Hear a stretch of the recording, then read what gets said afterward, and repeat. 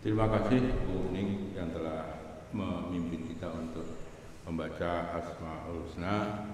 Semoga apa yang kita minta pada Allah Subhanahu wa taala dikabulkan oleh Allah Subhanahu wa taala. Amin. Selanjutnya tadarus yang akan dipandu oleh yang terhormat Bapak Haji Roziki Abdullah. Kami persilahkan.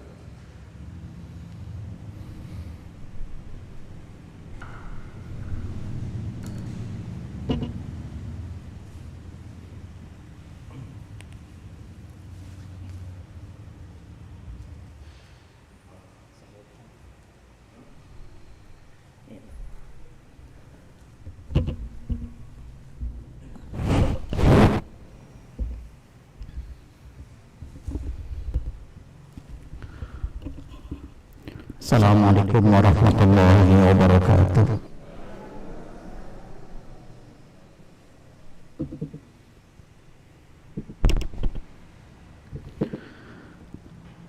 Ibu-ibu dan bapak-bapak jamaah pengajian akhir yang dimuliakan Allah.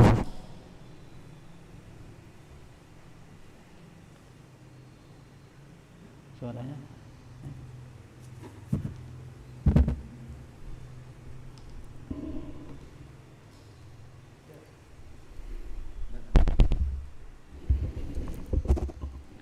kita tidur masih di dalam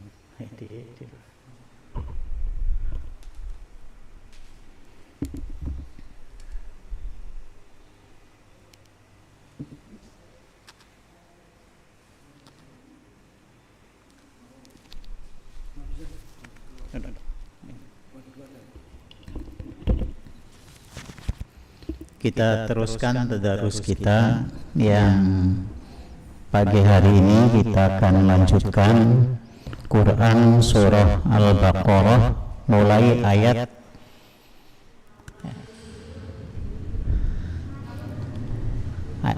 berapa, Bu?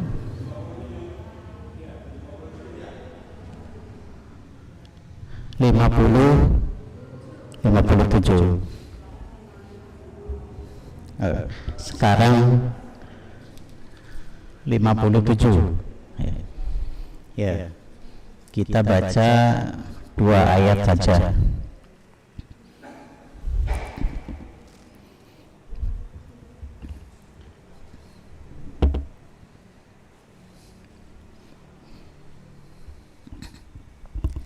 A'udzu billahi minasy syaithanir rajim.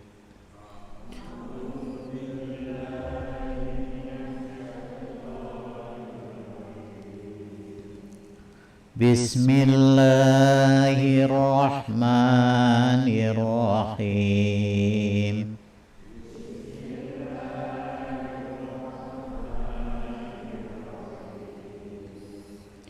وَظَلَلْنَا عَلَيْكُمُ الْغَمَامَ وَأَنزَلْنَا عَلَيْكُمُ الْمَنَّ وَالسَّلْوَىٰ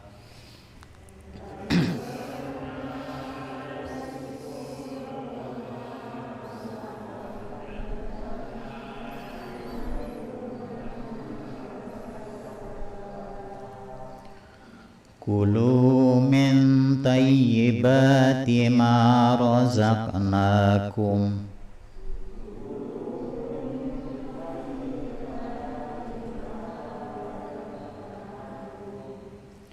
wa ma zalamuna walakin kanu anfusahum yadhlimun.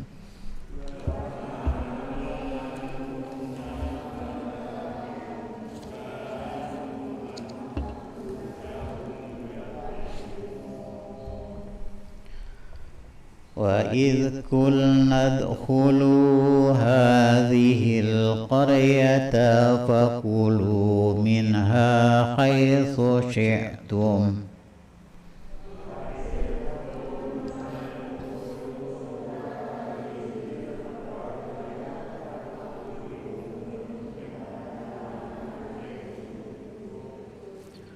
فكلوا منها حيث شئتم رغدا وادخلوا الباب سجدا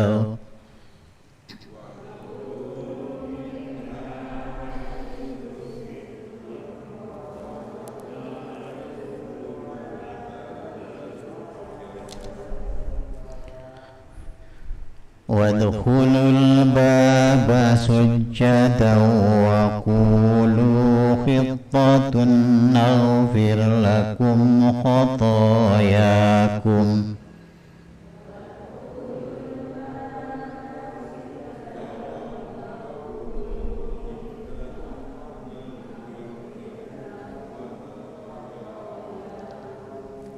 وسنزيد المحسنين.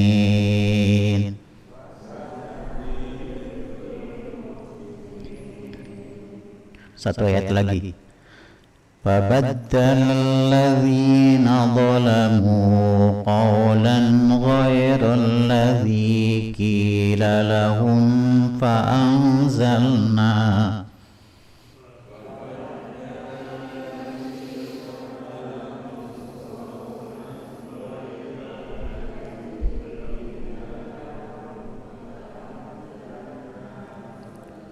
فأنزلنا على الذين ظلموا رجزا من السماء بما كانوا يفسقون.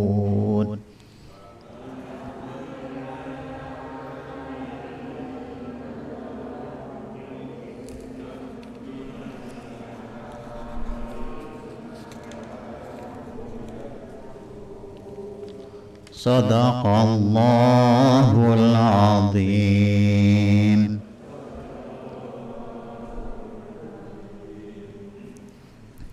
Terjemahannya, aku berlindung kepada Allah dari godaan syaitan yang terkutuk dengan menyebut nama Allah yang Maha Pengasih lagi Maha Penyayang. Dan kami menaungi kamu dengan awan, dan kami menurunkan kepadamu man dan salwa. Makanlah makanan yang baik-baik dari rizki yang telah kami berikan kepadamu. Mereka tidak menzalimi kami, tetapi justru merekalah yang menzalimi diri sendiri. Dan ingatlah ketika kami berfirman, masuklah ke negeri ini, yaitu Baitul Maqdis, maka makanlah dengan nikmat berbagai makanan yang ada di sana sesukamu, dan masukilah pintu gerbangnya sambil membungkuk dan katakanlah, bebaskanlah kami dari dosa-dosa kami, niscaya kami ampuni kesalahan-kesalahanmu, dan kami akan menambah karunia bagi orang-orang yang berbuat kebaikan. Lalu orang-orang yang zalim mengganti perintah dengan perintah lain yang tidak diperintahkan kepada mereka. Maka turunkan malapetaka dari langit kepada orang-orang yang zalim itu, karena mereka selalu berbuat fasik. Maha benar Allah yang Maha Agung dengan segala firman-Nya. Jemaah rahimakumullah, ayat yang ke-57 di surat Al-Baqarah ini menerangkan tentang kenikmatan yang diberikan kepada Bani Israel, ya, yang pada saat mereka itu meninggalkan Mesir, mereka itu ditimpa panas yang luar biasa di satu gurun. Lalu karena panas yang luar biasa, banyak di antara mereka yang kehilangan energi. Mereka susah payah.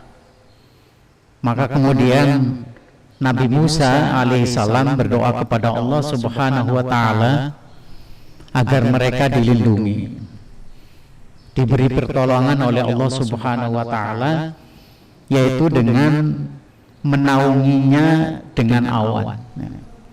Akhirnya panas yang begitu terik itu tertutup oleh awan dan mereka tidak lagi merasa kepanasan. Juga karena perjalanan jauh, mereka boleh dibilang kelaparan, ya.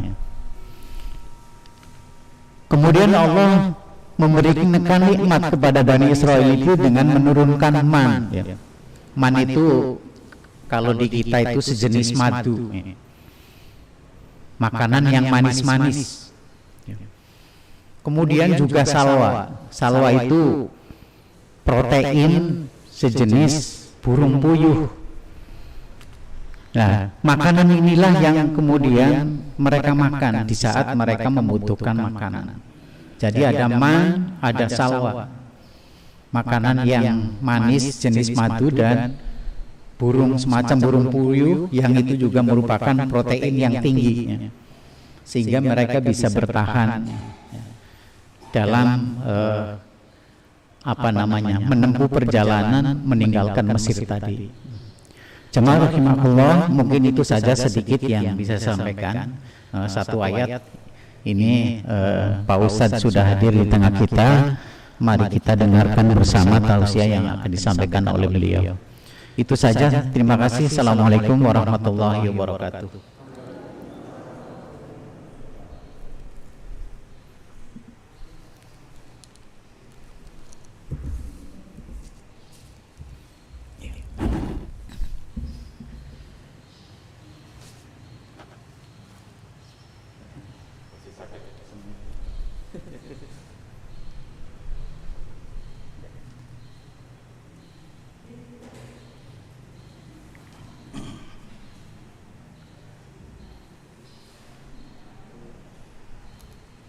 Terima kasih kami sampaikan kepada Yang Terhormat Bapak Haji Rodiki Abdullah yang telah memandu kita untuk bertadarus membaca beberapa ayat-ayat dari Al-Quran. Semoga kita semua yang ada di masjid ini mendapatkan rahmat dari Allah SWT. Amin ya rabbal alamin. Selanjutnya sampailah pada acara tausiah yang akan disampaikan oleh Yang Terhormat Ustadz Agus Budiantoro dengan mengambil tema 7 karakter yang dibenci Allah SWT. Kepada beliau Bapak Agus Budiantoro kami persilakan.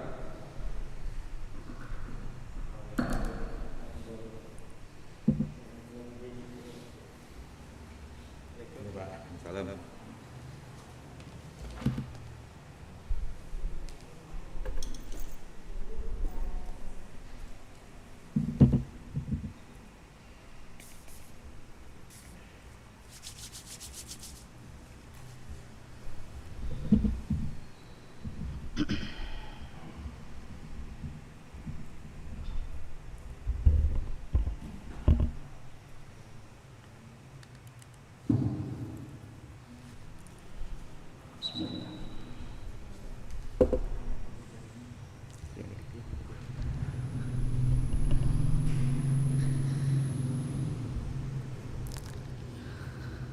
Assalamualaikum warahmatullahi wabarakatuh.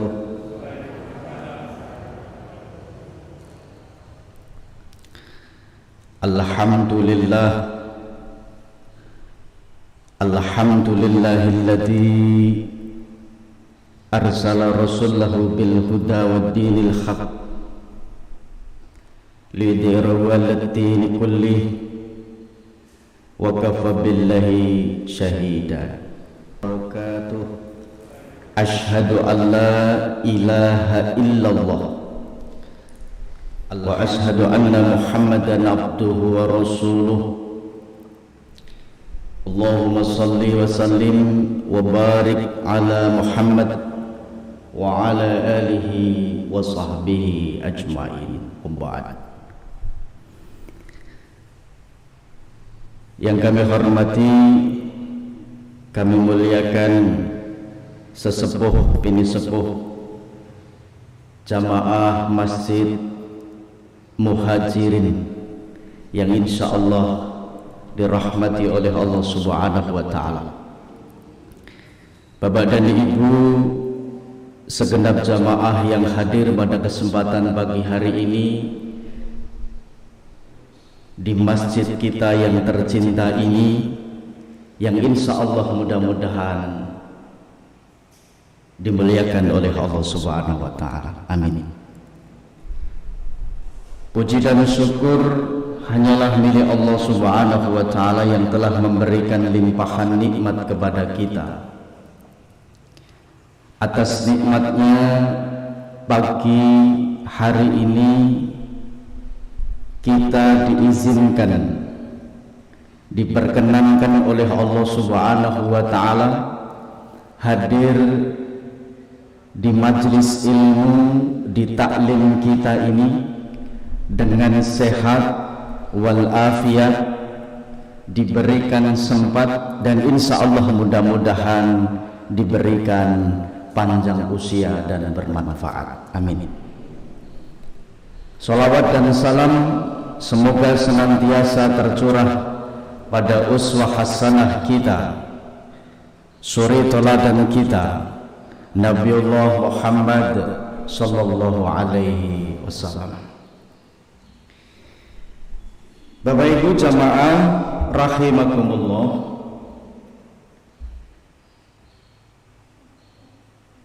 secara pribadi saya merasa sangat bahagia, bersyukur kepada Allah Subhanahu wa Ta'ala bisa bersilaturahim di Masjid Muhajirin Perumnas Condong Catur ini,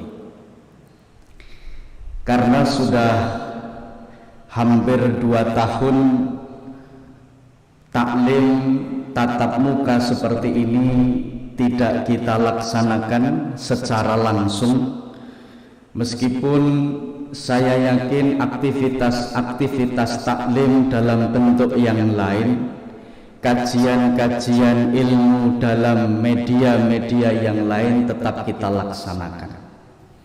Sekali lagi, mudah-mudahan ini adalah bentuk rasa syukur kita, tetap taati protokol kesehatan yang ditetapkan oleh pihak-pihak yang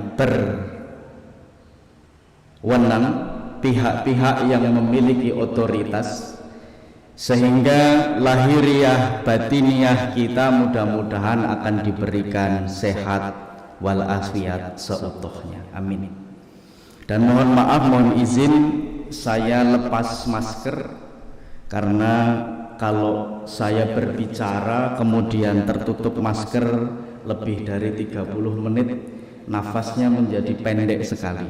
Dan saya yakin insya Allah secara lahiriah 3 kali perjalanan saya dari Sulawesi Barat, saya baru pulang dari Sulawesi Barat, sudah PCR Pak, 3 kali alhamdulillah hasilnya negatif, sehingga saya memberanikan diri untuk membuka masker gitu.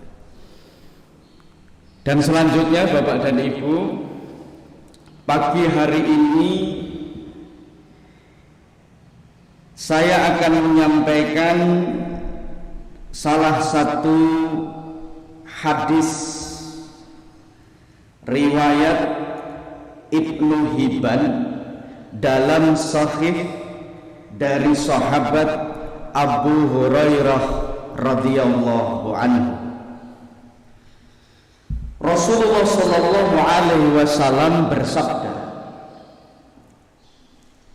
Bismillahirrahmanirrahim, Innallaha yubghidu kulla ja'dhariyah jawadin sahabi bil aswaq jifatin bil lail khimari bin nahar alimin bi amri dunya jahili bi amril akhirah. Rawahu Ibnu Hibban. Bapak Ibu rahimakumullah, dalam hadis ini Nabiullah Muhammad sallallahu alaihi wasallam menerangkan tentang sifat-sifat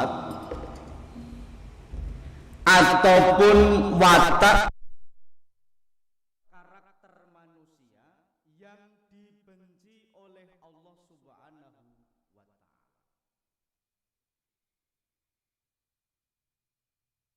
Apa saja berdasarkan hadis tersebut, kata Nabi, innallaha zubghidu kulla ja'dhariyah, bahwa sesungguhnya Allah Subhanahu wa ta'ala membenci sifat yang pertama dalam hadis ini disebutkan ja'dhariyah. Jadi sifat yang pertama yang dibenci atau karakter manusia yang dibenci oleh Allah, yang pertama disebut dengan ja'dhari. Kemudian yang kedua, sifat yang dibenci oleh Allah Subhanahu wa ta'ala atau karakter yang dibenci oleh Allah Subhanahu wa ta'ala, jawad. Ini sifat yang kedua. Kemudian yang ketiga, sahobi bil aswaq. Yang keempat, jifatin bil lail. Yang kelima, khimari bin nahar. Yang keenam, alimi bi amri dunya. Dan yang terakhir, jahili bi amril akhirah. Bagi nanti yang tidak sempat mencatat, sudah saya siapkan soft filenya, jadi nanti tinggal kita share lewat WA, sudah bisa semuanya memiliki catatannya, tidak perlu khawatir. Bapak Ibu jamaah rahimakumullah, ini sifat yang dibenci oleh Allah Subhanahu wa ta'ala, karakter yang dibenci oleh Allah Subhanahu wa ta'ala berdasarkan keterangan Nabiullah Muhammad sallallahu alaihi wasallam dalam hadis yang diriwayatkan oleh Ibnu Hibban rahimahumullah radhiyallahu anhu. Yang pertama adalah ja'dhari. Nah, apa itu ja'dhari? Bapak Ibu, ja'dhari ini adalah orang yang memiliki sifat kesombongan, orang sombong ataupun orang takabur. Nah, ini disebut dengan ja'dhari. Mohon maaf Bapak dan Ibu, dalam kajian-kajian yang sering kita ikuti, kalau berbicara tentang kesombongan atau ketakaburan, itu jenisnya ada dua macam. Orang sombong atau takabur itu. Apa saja yang pertama, jenisnya adalah orang sombong atau orang takabur itu, orang tersebut senantiasa menolak kebenaran. Ini jenis yang pertama. Kenapa dia menolak kebenaran? Mungkin yang menyampaikan kebenaran itu status sosialnya lebih rendah daripada dirinya. Mungkin yang menyampaikan kebenaran itu status pendidikannya jauh lebih rendah daripada dirinya. Status kekayaan, status pangkat, status jabatan, dan lain-lain. Penyampai kebenaran itu mungkin jauh lebih rendah daripada yang mendengarkan. Nah, ini yang kemudian sering terjadi. Bentuk yang pertama atau jenis yang pertama ini adalah menolak kebenaran. Dia tahu bahwa yang disampaikan itu adalah benar, tetapi karena sang penyampai ini lebih rendah dalam konteks statusnya, sehingga dia menolak kebenaran tersebut. Sebagaimana kisah yang dituliskan dalam Al-Quran, yang sering kita dengarkan, sering kita baca, yang terjadi pada Fir'aun.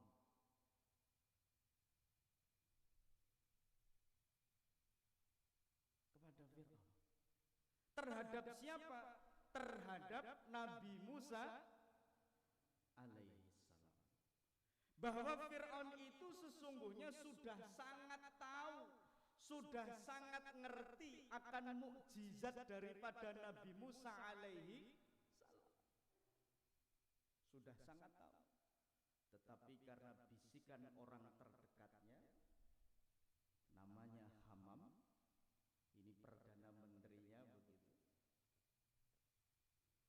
selalu menyampaikan kalimat-kalimat bisikan kepada Fir'aun, hei Fir'aun, kalau kamu nanti meyakini, kalau kamu nanti mengimani tentang kehebatan si Musa, mukjizat yang dimiliki Musa, artinya kamu akan menyembah Tuhan yang disembah oleh Musa. Padahal kamu itu adalah Tuhan yang bisa memberikan segalanya. Mosok status Tuhanmu akan kamu turunkan untuk menyembah Tuhannya Musa. Akhirnya karena kesombongan dan ketakaburannya, Fir'aun binasa.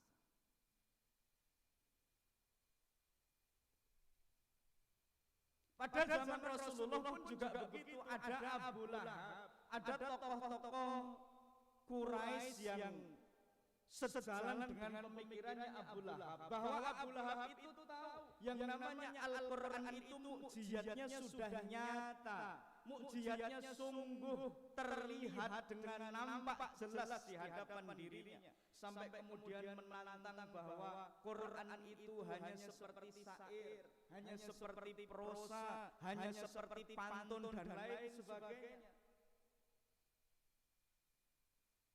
Karena kesombongan dan ketakaburan Abu Lahab, dia menolak kebenaran yang disampaikan. Nah, Bapak dan Ibu, mohon maaf, di tengah masyarakat kita gejala seperti ini juga nampak. Di media sosial, di Facebook, di WA, di Twitter kita, di YouTube dan lain sebagainya, peristiwa COVID-19 ini menuai pro dan kontra yang sangat luar biasa. Di awal-awal ini kelihatannya langsam saja. Artinya orang menerima berita tentang COVID-19 ini relatif semuanya mengiyakan. Tapi setelah berjalan sekian waktu, hampir 1 tahun dan seterusnya, akhirnya pro kontra tentang COVID-19 ini muncul. Ada sebagian orang yang tidak percaya sama sekali dengan yang namanya COVID-19, sehingga ketika dikeluarkan tentang protokol kesehatan, bermasker, cuci tangan, jaga jarak, dan lain-lain sebagainya, yang bersangkutan ini sama sekali tidak mengindahkan. Ini terjadi, apalagi kalau di kampung-kampung seperti tempat saya. Apalagi kalau di masjid, Bapak Ibu, gimana mau di pasar saja diperbolehkan kok, di pusat perbelanjaan saja orangnya banyak sekali, mosok ini sholat jamaah kok dilarang, pengajian kok dilarang. Padahal di pasar juga masih banyak orang, di mal, di pusat perbelanjaan juga masih banyak kerumunan. Ini gimana banyak kemudian pro kontra itu muncul, sampai pada akhirnya maaf sekali banyak orang yang nekat, bahkan tidak percaya, tidak mau pakai masker, dia sudah bebas kesana kemari dan lain sebagainya.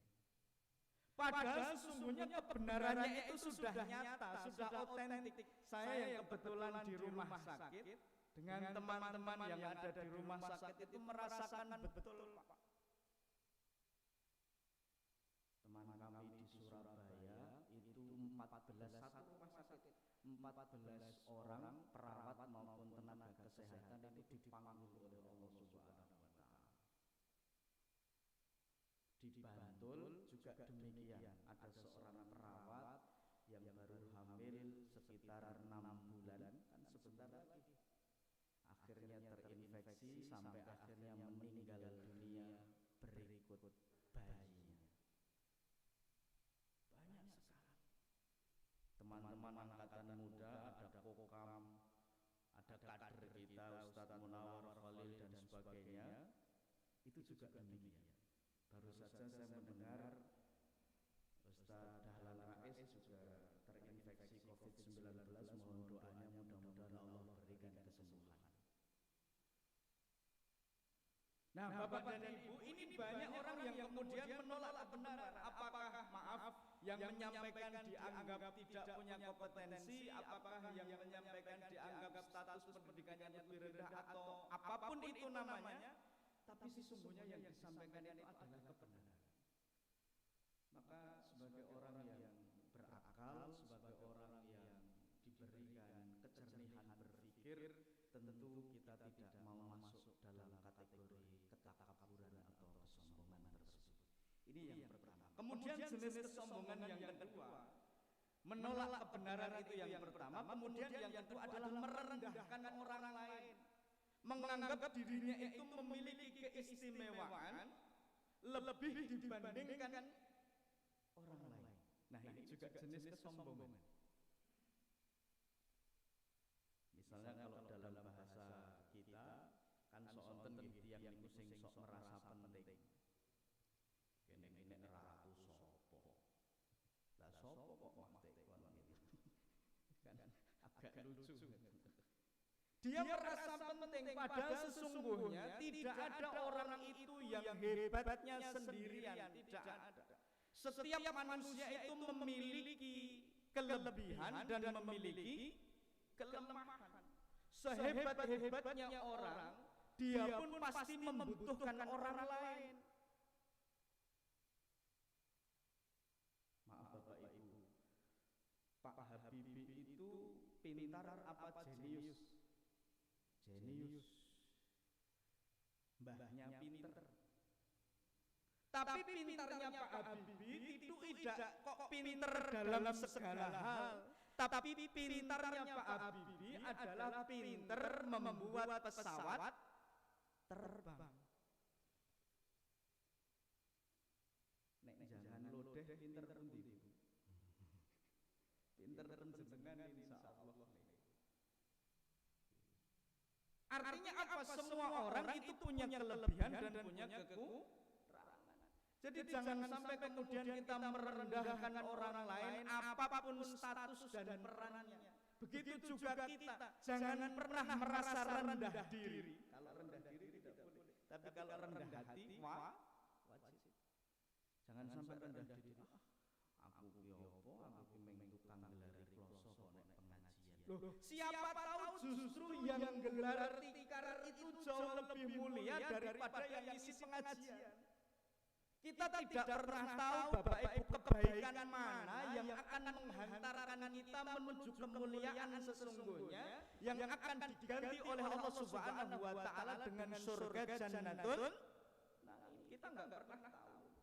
Jangan kemudian kita rendah diri, aku itu kan cuma duduk manis mendengarkan. Siapa tahu justru yang mendengarkan pengajian jauh lebih mulia daripada yang menyampaikan. Kita tidak pernah tahu Bapak Ibu. Kita ingat hadisnya man salaka thariqan yaltamisu fihi ilman sahalallahu fi thariqan ilal jannah.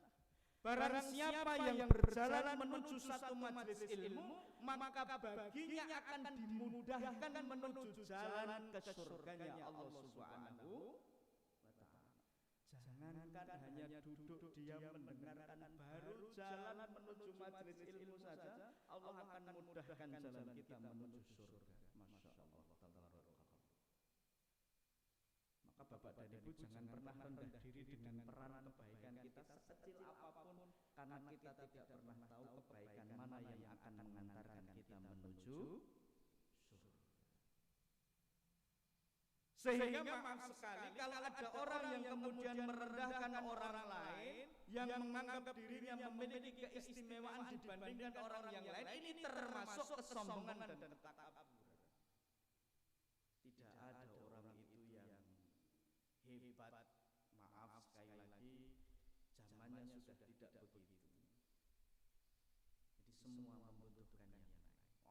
Enggak lah, saya enggak butuh orang lain itu. Yang penting kan saya kaya, saya punya duit, semuanya bisa diatur dengan uang, semuanya bisa diatur dengan duit. Mungkin dalam hal-hal tertentu iya, tapi dalam hal yang lain tidak bisa. Nek kula teng kampung, itu terasa Bapak Ibu. Tiang niku nek sugih kalau kaya, sing jenenge ewuh niku mboten sah ngangge rewange tangga, mboten sah ngangge sambatan gotong royong dan sebagainya. Cukup telepon itu datang sendiri, pergi sendiri. Mungkin nek ewuh mantu saged, ning nek mati niku mboten iso mendem dhewe. Kudu dipendemke wong liya. Nah, artinya apa? Ini menjadi bahan muhasabah kita bahwa tidak ada yang namanya orang itu yang paling hebat. Maka sifat yang pertama ini, ja'dhari ini, kesombongan dan ketakaburan ini dibenci oleh Allah Subhanahu wa taala. Kemudian yang kedua, sifat yang dibenci oleh Allah Subhanahu wa taala yang kedua adalah jawad. Nah, apa ini jawad? Jawad ini adalah sifat seseorang yang diliputi dengan ketamaan, kerakusan. Jadi sifat rakus, tamak itu sifat yang dibenci oleh Allah Subhanahu wa taala. Pertanyaannya, kenapa ada orang yang rakus? Kenapa ada orang yang tamak? Maaf Bapak Ibu, dalam beberapa literatur yang kita baca, sifat ketamaan dan kerakusan kenapa bisa tumbuh dengan subur dalam diri seseorang? Itu karena dalam diri manusia itu senantiasa diliputi dengan perkara yang disebut hubbud dunya. Apa itu hubbud dunya? Hubbud dunya itu adalah cinta dunia yang terlalu berlebihan. Ini yang membuat manusia itu menjadi rakus. Kecintaannya kepada dunia yang terlalu berlebihan, ini yang akan membuat manusia sifat tamak dan rakusnya semakin tumbuh dengan subur. Sementara ini adalah sifat yang dibenci oleh Allah Subhanahu wa taala. Bapak Ibu, mari kita renungkan. Allah Subhanahu wa taala berfirman dalam Quran surat At-Taubah ayat ke-24. A'udzu billahi minasyaitonir rajim.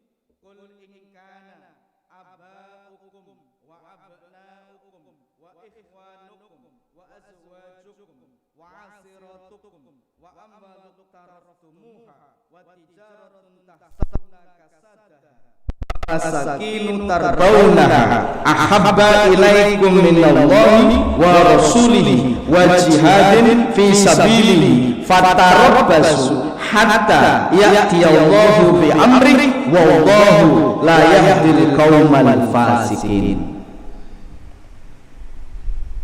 Bapak Ibu jamaah rahimakumullah, Allah berfirman, jika bapak-bapak, anak-anak, saudara-saudara, istri-istri, kaum keluargamu, dan harta kekayaan yang kamu usahakan, perniagaan yang kamu khawatiri kerugiannya, dan tempat tinggal yang kamu sukai adalah lebih kamu cintai daripada Allah dan Rasulnya, dan dari berjihad di jalannya, fatarabbasu hatta ya'tiyallahu bi amrih, maka tunggulah sampai Allah mendatangkan keputusannya. Wallahu la yahdil qaumal fasikin, dan Allah tidak memberi petunjuk kepada orang-orang fasik. Ini kalimat ancaman Bapak Ibu. Jikalau dunia kita lebih kita cintai daripada Allah dan Rasulnya dan berjihad di jalannya, kata Allah, fatarabbasu hatta ya'tiyallahu bi amrih, maka tunggulah sampai Allah Subhanahu wa taala mendatangkan keputusannya. Dalam beberapa tafsir ringkas yang saya baca, mendatangkan keputusannya itu maksudnya kalau dalam tafsirnya Kemenak itu adalah siksaan, adalah azab. Jadi bagi orang-orang yang hubbud dunya, terlalu mencintai dunia dengan berlebihan, ini mau tidak mau, suka tidak suka, tinggal menunggu azabnya Allah Subhanahu wa taala. Loh, Pak, berarti kita tidak boleh cinta pada dunia? Bukannya tidak boleh, tapi dalam Islam itu ada tuntunannya bagaimana mencintai dunia ini. Jangan sampai kecintaan kita itu jauh lebih besar kepada dunia dibandingkan kecintaan kita kepada Allah dan Rasulnya serta berjihad di jalannya. Contoh, cinta kepada harta, apakah boleh? Boleh. Yang membuat orang rakus kan salah satunya terlalu cinta kepada harta, maka dia tidak berpikir apakah itu halal apa haram. Maaf, koruptor itu kaya apa miskin, Bu? Kaya. Kenapa masih korupsi? Karena rakus. Kenapa rakus? Karena kecintaannya kepada harta terlalu berlebihan. Loh, koruptor itu kaya semua, tidak ada koruptor yang miskin. Pertanyaannya, kenapa orang yang sudah kaya kok juga masih korupsi? Bahkan di tengah pandemi seperti ini, berita yang kita terima di media-media itu sangat memprihatinkan. Ada orang yang mengambil keuntungan melalui musibah ini. Ada orang yang mengambil keuntungan dari peristiwa bencana ini. Beberapa waktu yang lalu memang menjadi satu sorotan yang luar biasa, kebijakan yang selalu berubah-ubah di dunia penerbangan. Ini saya sebentar lagi tanggal 13 saya ke Sorong.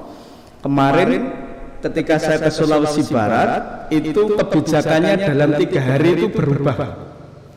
Pertama, PCR yang berlaku 2 kali 24 jam. Pertama saya terbang ke sana, sudah saya swab di sini. Nah, perjalanan sudah 2 hari, sudah berhenti masa berlakunya, maka saya harus PCR lagi. Sampai di ujung pandang saya PCR lagi. Ketika saya PCR lagi, berubah lagi. Di sini tarifnya sekitar 500 sampai 780. Ketika saya di ujung pandang sudah berubah menjadi 300. Wah, ini luar biasa. Dalam satu malam loh. Nah, akhirnya setelah saya swab lagi, berlakunya PCR tidak 2 kali 24 jam, tapi 3 kali 24 jam, lebih lama. Akhirnya saya ke Kalimantan dulu. Jadi saya ke Balikpapan dulu, dari ujung pandang saya ke Balikpapan. Masih cukup PCR saya. Nah, giliran dari Balikpapan kemudian mau ke Mamuju, saya mau ke Sulawesi Barat. Terakhir tujuan saya ke Sulawesi Barat itu sudah berubah lagi. Maka teman saya yang Bandung itu akhirnya tidak bisa PCR, sementara di Mamuju itu tidak ada fasilitas kesehatan yang bisa melakukan PCR. Nah, padahal diberlakukan PCR itu seluruh Indonesia. Di Mamuju tidak ada fasilitas kesehatan yang bisa melakukan PCR. Pagi diambil, malam keluar, nggak ada. Ngambilnya di Mamuju, nanti tesnya hasilnya keluarnya di Makassar. Teman saya yang Bandung akhirnya terpaksa tinggal semalam di Mamuju. Akhirnya saya pulang. Sampai rumah dapat berita orang yang naik pesawat terbang tidak lagi wajib PCR. Astagfirullahaladzim. Wah, ini istimewa pokoknya. Tapi ya kita nikmati saja prosesnya. Ini adalah satu hikmah yang bisa kita dapatkan. Orang Muslim itu sebaik-baiknya kita adalah selalu husnudzon atas apapun yang terjadi. Maka Nabiullah Muhammad SAW selalu mengajarkan apapun yang terjadi, kalimatnya adalah alhamdulillahi ala kulli hal.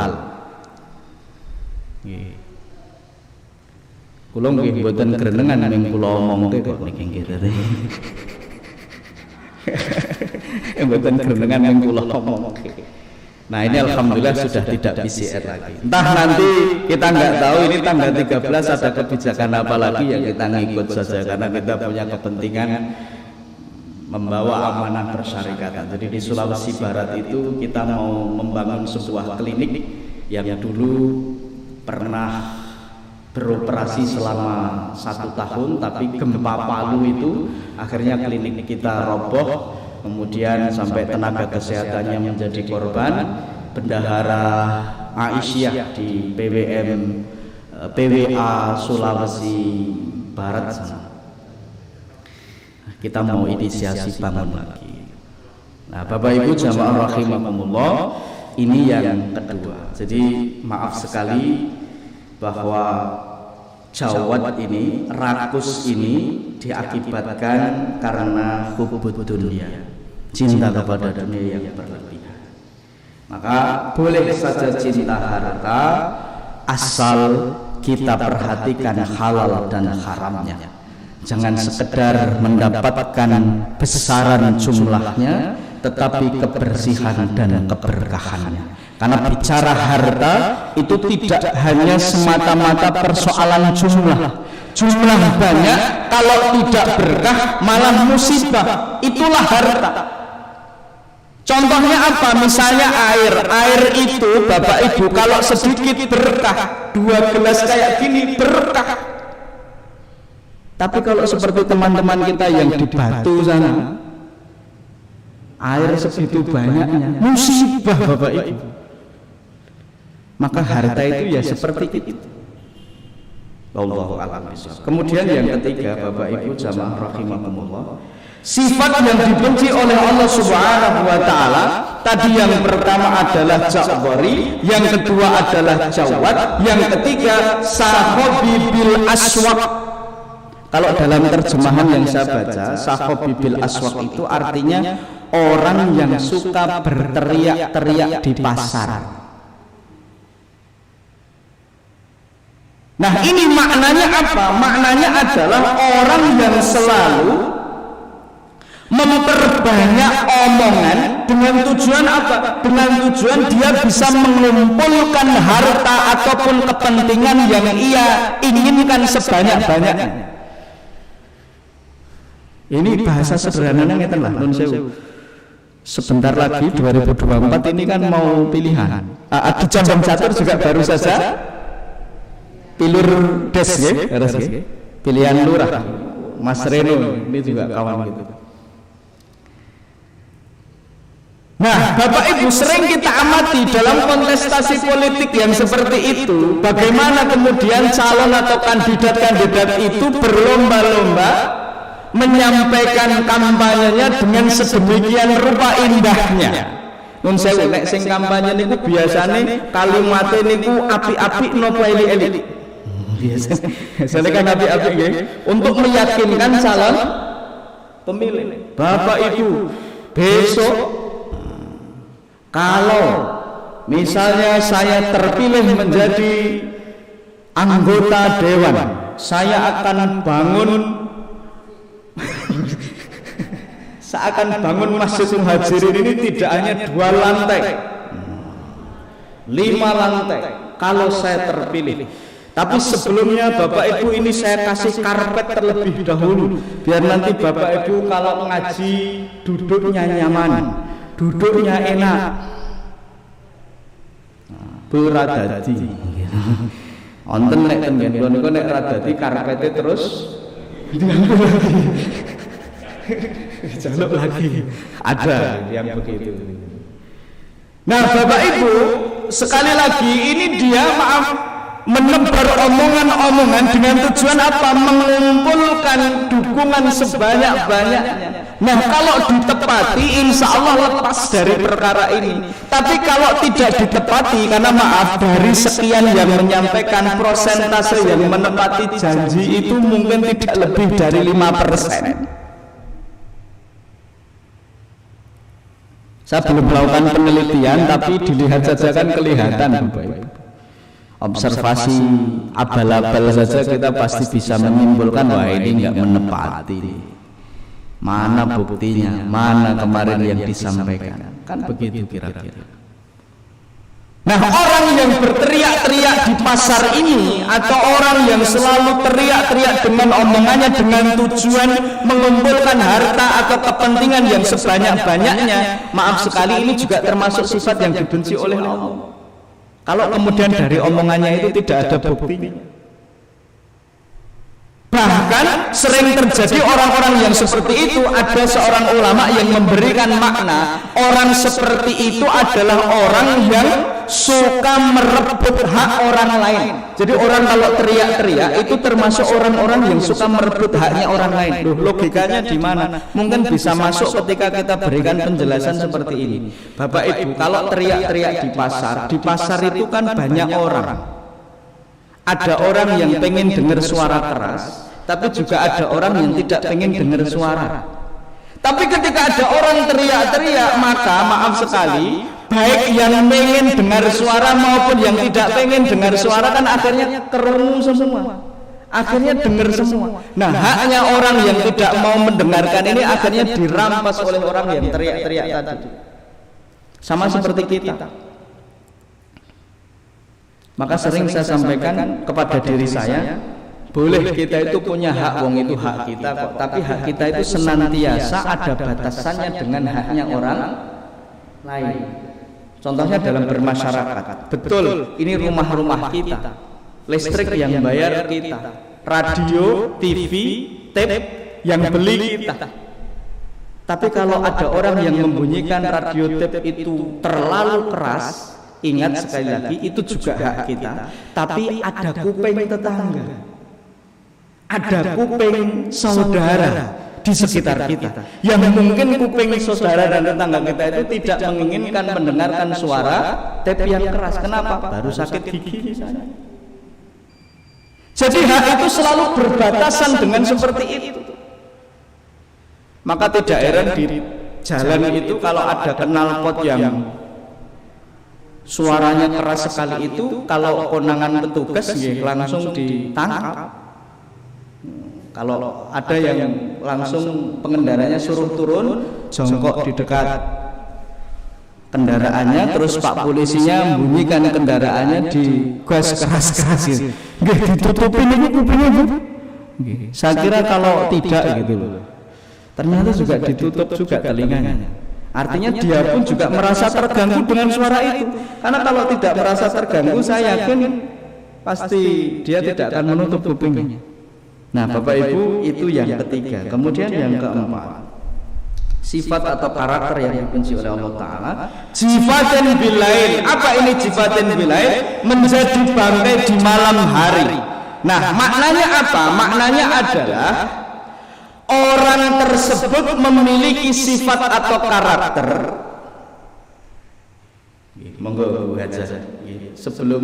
Sebelum saya lupa pikantuk salam saking Bu Rektor Unisa, Bu Warsiti, mangke ndak kula dadak madosi panjenengan. Siap nggih Bu Haja, nderekaken ngatas-atas wilujeng sedherepipun.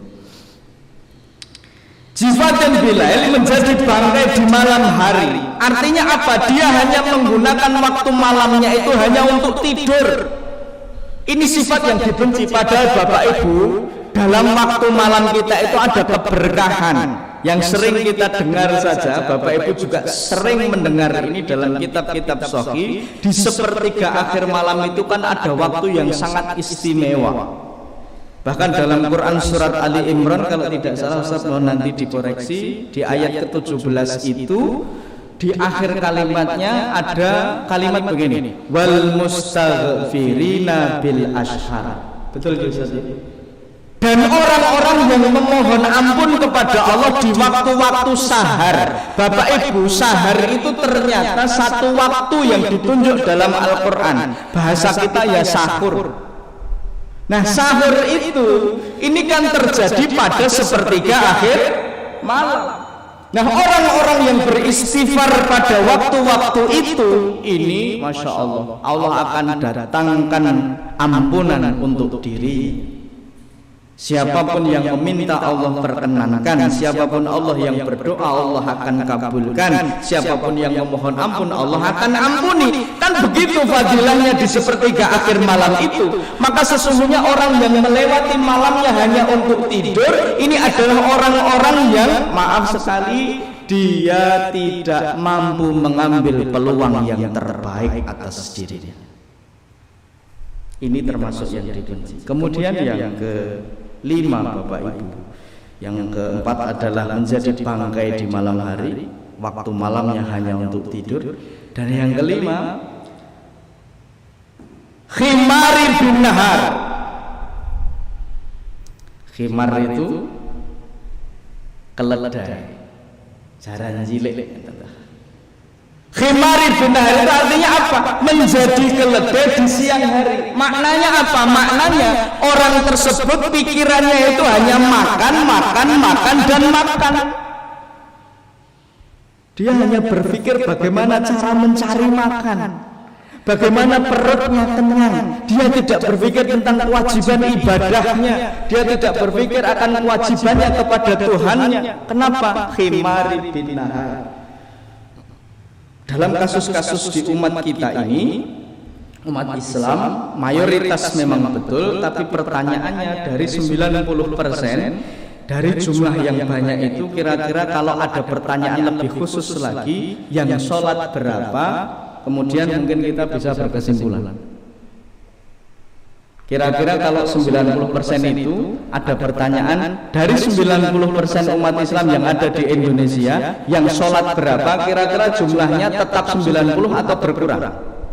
Berkurang. Kalau berkurangnya berapa? Pun monggo, pun manut kula gitu. Konco dhewe gitu. Mungkin bisa jadi tinggal sekitar 60%, 60 ya 70 lah, ya teman sendiri 75. Nanti kalau ada pertanyaan yang lebih spesifik lagi, beda lagi urusannya. Dari 75% yang aktif sholat berjamaah di masjid berapa? Wah, turun lagi ini. Kira-kira berapa kira-kira? Ya 50% lah ya. 50% nggak apa-apa ini, karena pagi-pagi kasih 50 aja. Nanti kalau ditanya lagi kira-kira dengan pertanyaan-pertanyaan lebih spesifik, dari jumlah 90 itu nanti pasti jumlahnya akan turun dan turun. Dan pertanyaan spesifik ini kan sesungguhnya adalah tolok ukur identitas kemusliman kita yang sesungguhnya. Dan itu selalu turun. Jangankan sholat 5 waktu, Jumat saja sering kita melihat di kampung-kampung kami itu, Bapak Ibu, saya juga tidak tahu sesibuk apa mereka untuk hadir setiap seminggu sekali dalam Jumat saja sampai tidak sempat. Coba bayangkan, seminggu sekali. Insya Allah kalau di sini semuanya aman lah. Amin ya Rabbal. Kelihatan jamaah yang sudah tertata dengan baik, dengan tidak itu kelihatan. Saya husnudzon, sesibuk apapun pasti prinsipnya kalau di Perumnas Condong Catur ini Allah dulu, Allah lagi, dan Allah terus. Kira-kira begitu. Ini prinsip yang sering disampaikan oleh motivator nasional kita, Ustadz Jamil Azza ini kan begitu. Cara mendidik dalam keluarga, ternyata ada family value yang disampaikan kepada anggota keluarganya. Salah satu keywordnya atau kata kuncinya adalah Allah dulu, Allah lagi, dan Allah terus. Jadi anaknya selalu digiring untuk punya value seperti itu. Punya hobi silahkan, tapi hobinya ini harus Allah dulu, Allah lagi, dan Allah terus. Jangan sampai hobinya ini melupakan kewajibannya kepada Allah Subhanahu wa Ta'ala. Allah alam. Ini kan anak-anak sekarang generasi Y ini kan luar biasa ini. Fasilitasnya lengkap, fasilitasnya komplit, bahkan jauh lebih menguasai teknologi dibanding orang tuanya, kan kira-kira begitu. Ini kan teknologi dahsyat kok Bu ini. Teknologi dahsyat. Kita dulu tidak berpikir, Bapak Ibu maaf, beberapa puluh tahun yang lalu kan kita itu kalau mau datang ke tempatnya saudara, ke tempatnya teman yang jauh di sana dan beda daerah, beda wilayah, itu kita kesusahan dulu itu. Kalau belum tahu tempatnya, tekon itu shopping bola Bali. Penjenengan tindak ngene kula ganjuran mriku mawon, nek biyen kula yakin mesti tekan ganjuran iso sak jam kliwat. Kenapa? Belum tahu rumah saya, taunya cuma alamat Ganjuran RT 4, pedukuhannya Gedokan, kalurahannya Sumbermulia, Bambang Nugroho. Itu sudah letaknya susah sekali. Nah sekarang kita tidak perlu tanya ke sana kemari, dari sini ketik Ganjuran RT 4 Sumbermulia, wah sudah, nanti dari Condong Catur diantarlah dengan navigator yang sangat canggih. Setiap belokan dia menginformasikan, setiap lubang dia sampaikan, ada polisi berdiri pun dia bicarakan. Terus 300 meter belok ke kanan siap, 200 meter belok ke kiri oke, sampai tempatnya. Dan hebatnya lagi kita tidak perlu jajak ke navigator itu. Kenapa? Ini HP ini canggih sekali gitu loh. Canggih. Dulu maaf sekali, kalau kita mau telepon, mau ngomong itu ya harus datang. Sekarang tidak perlu, pakai ini selesai. Bahkan melihat wajahnya yang diajak ngomong pun bisa. Bisa. Oh, kamu di mana? Kelihatan semua. Ini teknologi. Kita dulu tidak pernah berpikir ya Bapak Ibu, sing jenenge bakmi godhog, nasi goreng, bakso itu kok bisa sampai di kamar kita, itu kan kita nggak mikir dulu. Tapi sekarang terjadi, Pak, anak-anak kita itu canggih. Saya dari dulu yang baru pulang, ternyata anak sudah pesen GoFood. Baru 15 menit masuk rumah sudah ada ngetok pintu. Permisi Pak, nasi gorengnya Pak. Oh, nasi goreng sampai depan TV, itu kalau tidak zaman canggih sekarang tidak akan terjadi.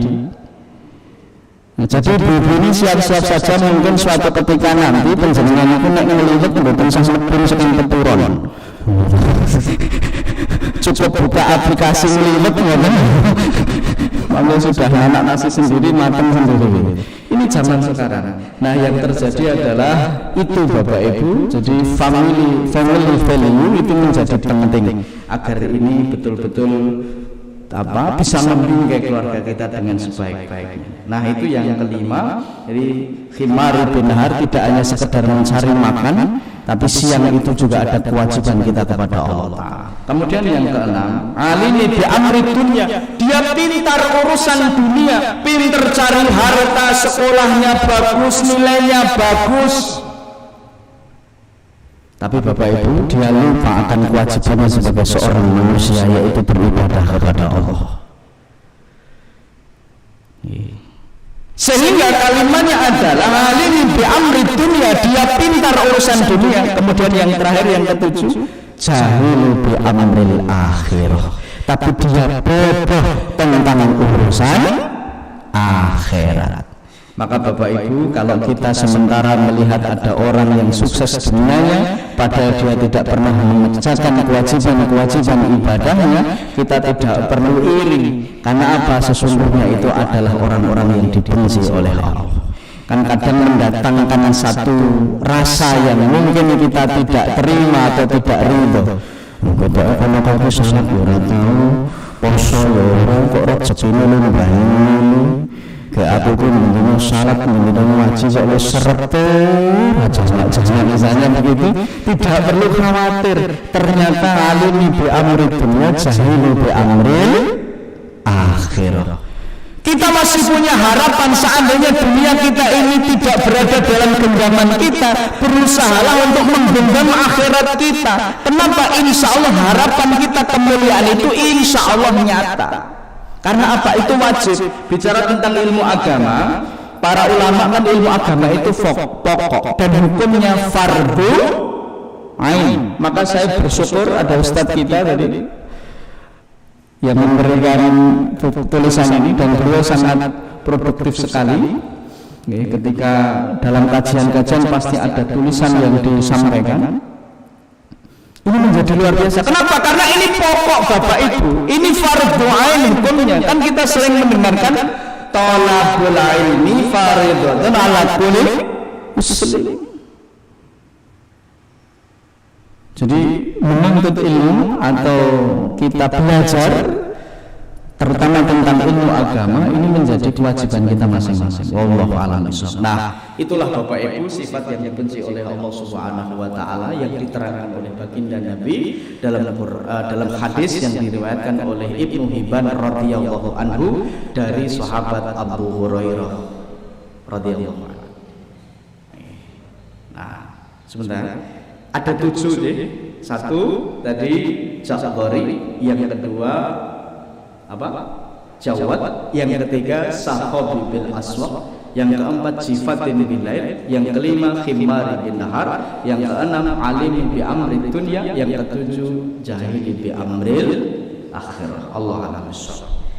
Silakan, masih ada waktu barang 5 menit untuk bisa menyampaikan. Yang ingin memberikan tambahan ilmunya disilahkan. Monggo Ustaz.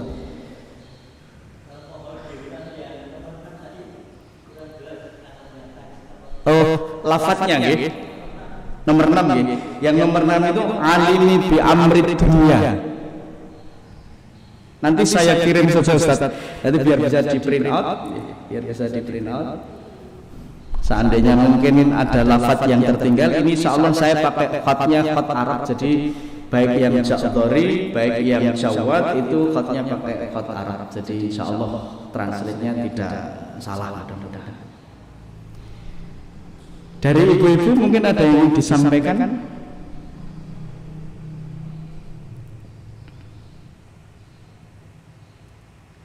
Dari bapak-bapak, dari asatid kita, ustaz-ustaz kita, monggo. Cukup? Baik Bapak Ibu, kalau sudah dirasa cukup, alhamdulillah.